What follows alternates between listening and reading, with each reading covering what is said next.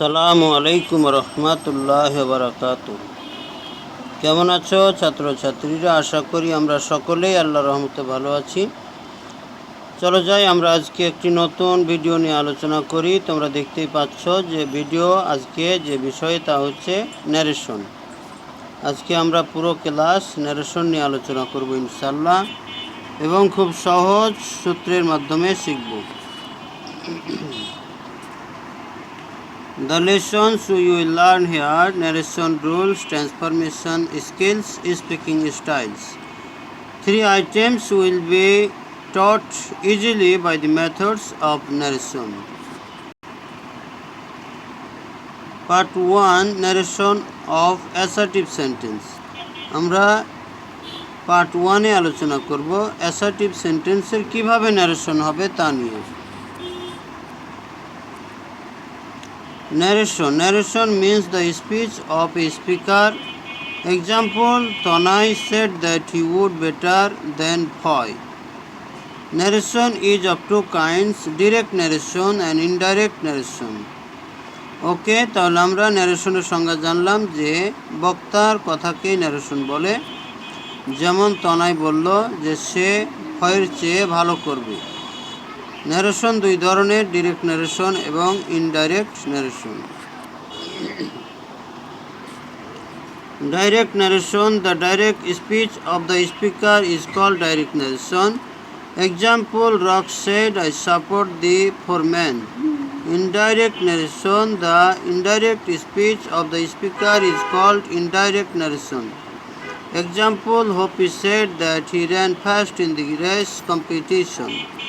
তাহলে আমরা জানতে পারছি যে বক্তার সরাসরি যে কথা তাকে আমরা বলবো ডাইরেক্ট ন্যারেশন, বক্তার পরোক্ষ যে কথা তাকে আমরা বলবো ইনডাইরেক্ট ন্যারেশন।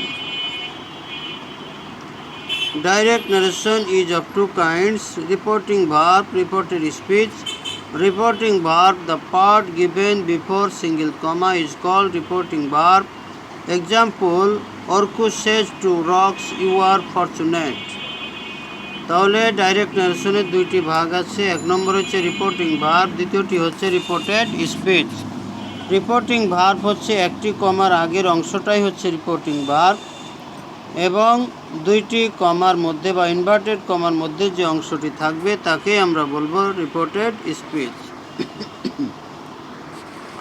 তাহলে এখানে তোমরা লক্ষ্য করো, the part narrated into the inverted comma is said reported speech. Example: Fox said to next, I have passed a new passage. Answer: Fox said to next that he had passed a new passage. তাহলে তোমরা দেখতেই পাচ্ছ যে এখানে দুইটি কথা, একটি হচ্ছে রিপোর্টিং ভার্ব, একটি হচ্ছে রিপোর্টেড স্পিচ। ইনভার্টেড কমার মধ্যে যে অংশটুকু থাকবে সেই অংশটুকুকেই আমরা বলবো reported speech. Okay, person change rules and regulation. First person with reported speech, subject of reporting verb. Example: Kompu said to Polo, I have passed my limit. Answer: Kompu said to Polo that he had passed his limit. তাহলে তোমরা এখানে লক্ষ্য করো যে first person কাকে ধরবে, অর্থাৎ যদি রিপোর্টেড স্পিচের মধ্যে ফার্স্ট পারসন থাকে তাহলে অবশ্যই রিপোর্টিং ভার্বের অবজেক্টকে ধরে সে পরিবর্তন হবে। ওকে, যেমন এখানে লক্ষ্য করো, Kompu said to Polo that he had passed his limit. আইটা হচ্ছে এখানে Polo. Second person with reported speech, object of reporting verb. Example: Abraham said to Marco, you can do what you have. Answer: Abraham said to Marco that he could do what he had. তাহলে এখানে তোমরা লক্ষ্য করো যে second person যদি পেয়ে যাও তাহলে অবশ্যই কাকে অনুসরণ করবে? সেকেন্ড পারসন পেলে অবশ্যই রিপোর্টিং ভার্বের অবজেক্টকে অনুসরণ করবে, অর্থাৎ ফার্স্ট পারসন সাবজেক্ট এবং সেকেন্ড পারসন অবজেক্ট। তাহলে এখানে পরিবর্তন হয়েছে, Abraham said to Marco that he could do what he had. Third person with reported speech equal to no change of the third person. Example: Sultan said to Plax, a man in the race wood can do nothing but a desire. Answer: Sultan said to Plax that a man in the race world can do nothing but a desire. তাহলে তোমরা এখানে দেখতে পাচ্ছ যে যদি reported স্পিচের মধ্যে third person থাকে তাহলে পারসনের কোনো চেঞ্জ হবে না, শুধু টেন্সের পরিবর্তনটাই হবে। উদাহরণটি এখানে লক্ষ্য করো। Sultan said to Plex that a man in the race world can do nothing but a desire. তাহলে এ ম্যানটা হচ্ছে থার্ড পারসন সিঙ্গুলার, এই জন্য এখানে কোনো পরিবর্তন হয় নাই, যা ছিল তাই থেকেছে। Tense assertive sentence change rules, অর্থাৎ অ্যাসার্টিভ সেন্টেন্সে যা পরিবর্তন হবে সেই পরিবর্তনটা এখানে দেখানো হচ্ছে। Reporting verb present or future indefinite tense equal to reported speech, no change with tense. Example, Fox says I will better than mountain valley for the inhabitants. Fox says that he will better than mountain valley for the inhabitants. তাহলে এখানে তোমরা লক্ষ্য করো, যেহেতু Fox সেজ কথাটি present indefinite টেন্সে আছে তাই টেন্সের কোনো পরিবর্তন ঘটে নাই, শুধু পার্সন পরিবর্তন হয়েছে। Note, assertive sentence equal to conjunction that reporting verb past indefinite tense plus reported speech present indefinite tense equal reported speech past indefinite tense. Example, Orlando said to Rosalind, you can look for me. Answer, Orlando said to Rosalind that she could look for him. তাহলে এখানে বিশ্লেষণটি হচ্ছে এরকম যে assertive সেন্টেন্সের কনজাংশনটা অবশ্যই that হবে, এবং যদি আমি লক্ষ্য করি যে রিপোর্টিং ভার্বটি পাস্ট ইনডিফিনিট টেন্সে আছে এবং রিপোর্টেড স্পিচটি প্রেজেন্ট ইনডিফিনিট টেন্সে আছে, তাহলে রিপোর্টেড স্পিচের সেন্টেন্সটি পাস্ট ইনডিফিনিট টেন্সে পরিণত হবে। Not present past, now then here there this that the so in this way these those come go ago before hence thence hither thither। অর্থাৎ আমাদের দ্রুতবাচক শব্দগুলো কি পরিবর্তন হবে তা এক নজরে দেখানো হলো। Today, that day, this day, that day, tomorrow, the following day, the next day, the following day, last night, the night before, the previous night, yesterday, the previous day, the day before। তাহলে দ্রুতবাচক শব্দগুলো যদি আমাদের পরিবর্তন করতে হয় তাহলে অবশ্যই এগুলো মনে রাখতে হবে যে বর্তমানে টুডে থাকলে আমাদের অতীতে পরিবর্তনের সময় দ্যাট ডে, এইভাবে সিরিয়ালি দেওয়া আছে, এগুলো আমাদের অবশ্যই মনে রাখতে হবে। Reporting verb past indefinite tense plus reported speech present continuous tense equal to reported speech past continuous tense.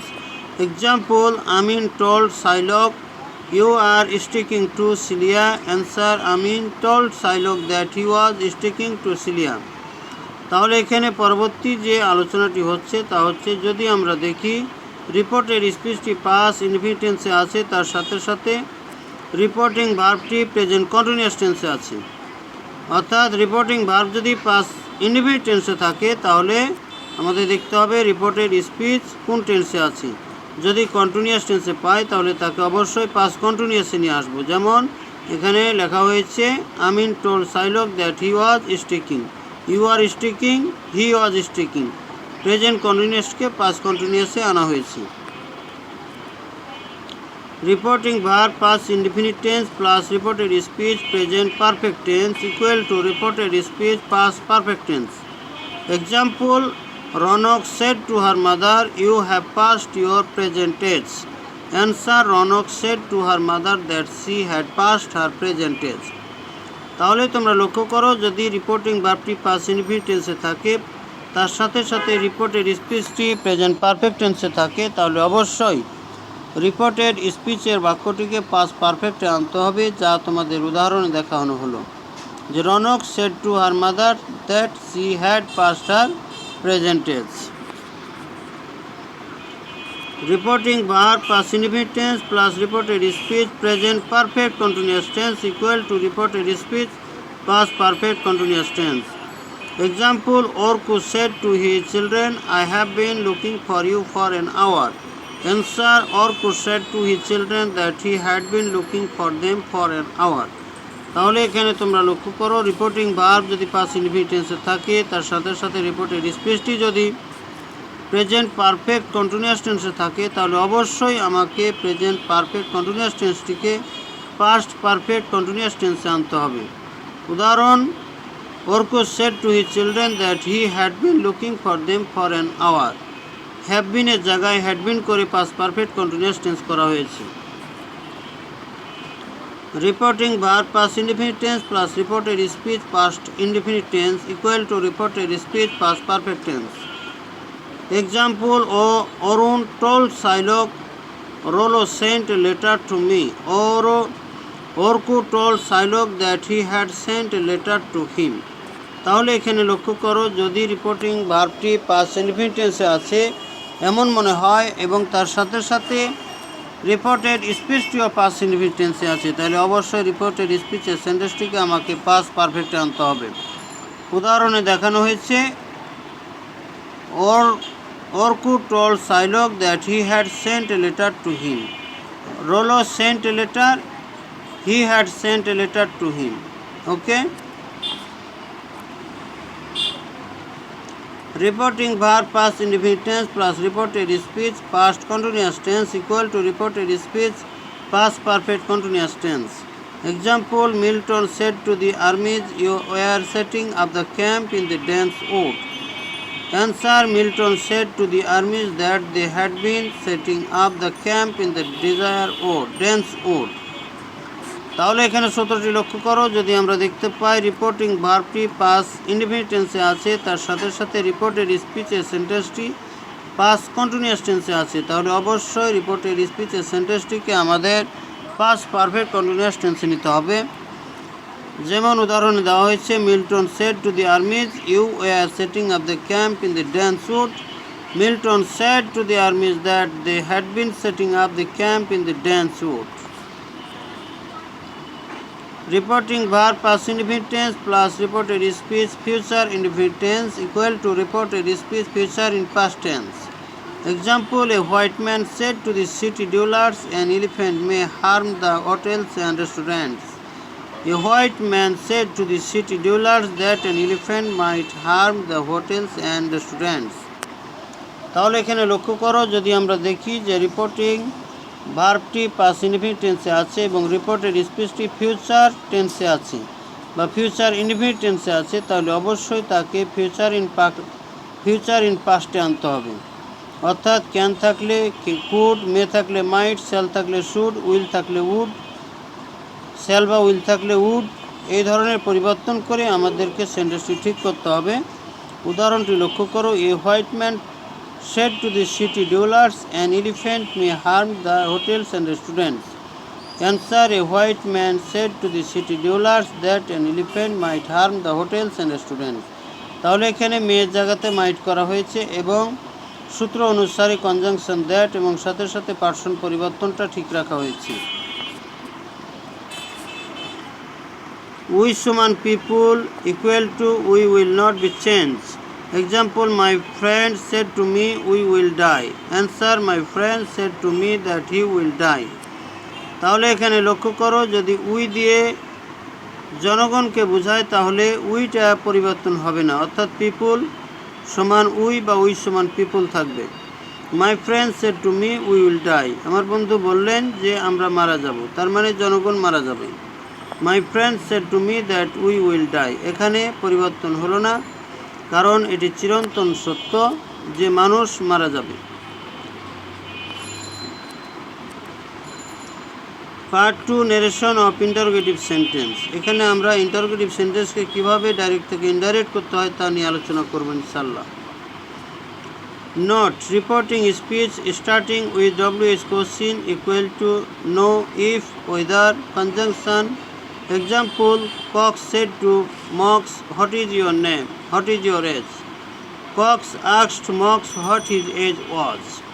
তাহলে এখানে লক্ষ্য করো, যদি রিপোর্টেড স্পিচ WH কোশ্চিন দিয়ে থাকে তাহলে আমাদেরকে ইফ বা ওয়েদার কনজাংশন ব্যবহার করতে হবে না, অর্থাৎ WH কোশ্চিনটাই আমাদের কনজাংশন হিসেবে কাজ করবে এবং সাথে সাথে টেন্স এবং পার্সন পরিবর্তনটি ঠিক থাকবে। Reporting verb ask, inquire, conjunction if, whether, interrogative sentence will be assertive sentence. Example, Dola said to Jim, do you sell your Hobson? Dola asked Jim if he sold his fob chain. তাহলে এখানে লক্ষ্য করো reporting verb অবশ্যই interrogative সেন্টেন্সের জন্য ask বা inquire হয়ে যাবে, কনজাংশনটা ইফ বা ওয়েদার হবে এবং ইন্টারোগেটিভ সেন্টেন্সটি অ্যাসার্টিভে রূপান্তরিত হবে। তবে অবশ্যই আগে দেখানো হলো যে ডব্লিউএইচ কোশ্চেন যদি থাকে তাহলে ইফ বা ওয়েদারটি ব্যবহার হবে না। Part 3 narration of imperative sentence. Imperative সেন্টেন্সে ডাইরেক্ট থেকে ইনডাইরেক্ট নিয়ে আমরা এখন আলোচনা করব। রিপোর্টিং ভার্ব সে বা টেল সমান order, request, command, advice, tell, conjunction to. Example, Natun said to his mother please give me a glass of water. Natun requested his mother to give him a glass of water kindly. তাহলে আমরা এখানে দেখতে পাচ্ছি reporting ভার্বটা সে বা টেলের পরিবর্তে order, request, command, advice, টেল ইত্যাদি বসছে এবং সাথে সাথে কনজাংশনটা হচ্ছে টু। উদাহরণে দেওয়া হয়েছে Natun said to his mother please give me a glass of water.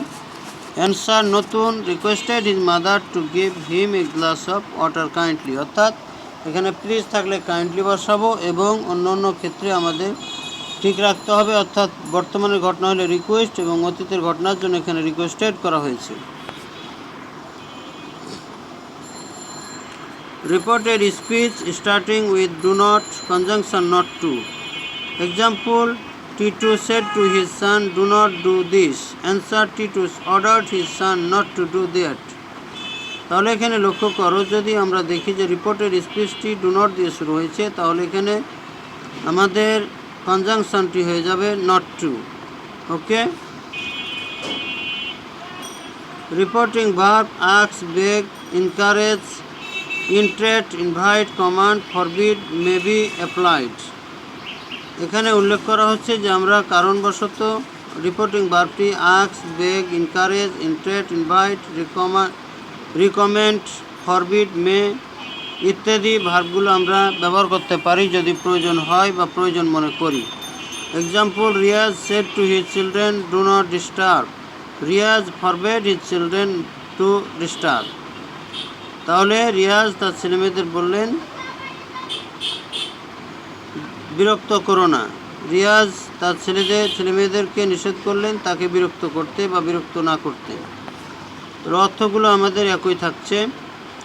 Vocative case equal to reporting verb address plus as vocative case and request with respect or respectfully plus conjunction to. Example, Maya said to her madam mean the passage. Answer, Maya addressed her as Madam and requested to mean the passage. তাহলে এখানে লক্ষ্য করো, যদি কোনো সেন্টেন্সে আমরা vocative case পাই তাহলে কিভাবে লিখব। প্রথমে আমরা অ্যাড্রেস, তারপরে দিব রিপোর্টিং ভার্ব বসাবো, তারপরে অ্যাড্রেস দিব বা রিপোর্টিং ভার্বটা এখানে অ্যাড্রেস হিসেবে আসবে।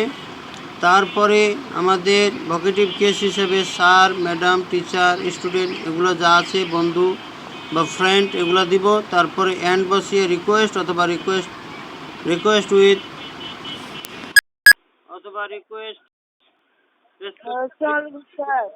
উইথ রেসপেক্ট ইত্যাদি বসাবো।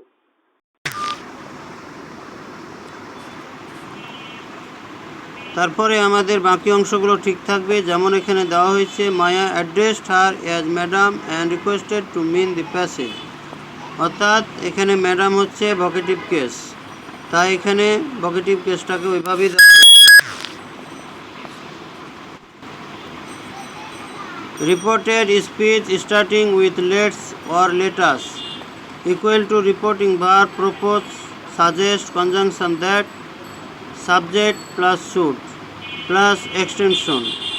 অর্থাৎ যদি আমরা দেখি যে রিপোর্টেড স্পিচটি লেটস বা লেটাস দিয়ে শুরু হয়েছে তাহলে অবশ্যই আমাকে রিপোর্টিং ভার্বটি প্রপোজ বা সাজেস্ট বসাতে হবে, কনজাংশন দ্যাট নিতে হবে, দ্যাটের পরে বসাতে হবে এবং বাকি অংশ যা আছে আমাদের বসাতে হবে। যেমন এক্সাম্পল, রাম সেড টু মালিকো let's go out for a good exercise. Answer, Ram proposed to Maliko that they should go out for a good exercise. Okay. তাহলে আমাদের সূত্র অনুসারে পরিবর্তনটি অনেক সহজ হয়ে যাচ্ছে। শুধু যদি আমরা দেখি let equal to reporting verb request conjunction that reported speech subject plus may বা may be allowed plus extension, অর্থাৎ এখানে যদি আমরা দেখি রিপোর্টেড স্পিচটি শুধু লেট দিয়ে শুরু হয়েছে, সেক্ষেত্রে আমরা রিপোর্টিং ভার্বটি পরিবর্তন করব রিকোয়েস্ট দিয়ে এবং কনজাংশন দ্যাট নিব। রিপোর্টেড স্পিচে সাবজেক্ট বসাবো, তারপরে মে বা মে বি অ্যালাউড বসাবো, তারপরে এক্সটেনশন যা আছে তাই বসাবো। উদাহরণটি লক্ষ্য করো, mix said to her let her pass in the examination. Answer, Mix requested her that she might pass in the examination. তাহলে এখানে লক্ষ্য করো শুধু লেট দিয়ে রিপোর্টের স্পিচটি শুরু হয়েছে, তাই এখানে রিপোর্টিং ভার্বটি রিকোয়েস্ট নেওয়া হয়েছে এবং কনজাংশন দ্যাট তার সাথে সাথে সাবজেক্টের পরে মে বি অ্যালাউড অথবা মে প্লাস এক্সটেনশন। তবে যেহেতু পাস্টের ঘটনা তাই এখানে মে থেকে মাইট করা হয়েছে। For emphasis on imperative sentence, do is applied and reporting verb request conjunction to is used. অর্থাৎ এখানে বলা হচ্ছে যদি ইম্পারেটিভ সেন্টেন্সকে কোনো জোর দেওয়া বোঝায় বা জোর দিতে কোনো সেন্টেন্সকে ইম্পারেটিভ সেন্টেন্সের ক্ষেত্রে প্রথমে ডু বসে, সেক্ষেত্রে আমরা কি করব? সেক্ষেত্রে আমরা রিপোর্টিং ভার্বটি রিকোয়েস্ট নিব, কনজাংশন টু নিব এবং বাকি অংশ যেভাবে ইম্পারেটিভ সেন্টেন্সের পরিবর্তন হয় ঠিক সেভাবেই পরিবর্তন করতে হবে। Example, Nix told Shylock do come tomorrow. Answer, Nix requested Shylock to go next day. তাহলে দ্রুতবাচক শব্দগুলো এখানে পরিবর্তন হয়েছে টুমোরো থেকে নেক্সট ডে, কাম থাকলে গো এবং conjunction to. Part 4, narration of optative sentence. আমরা এখন অপটেটিভ সেন্টেন্সের ন্যারেশন নিয়ে আলোচনা করব।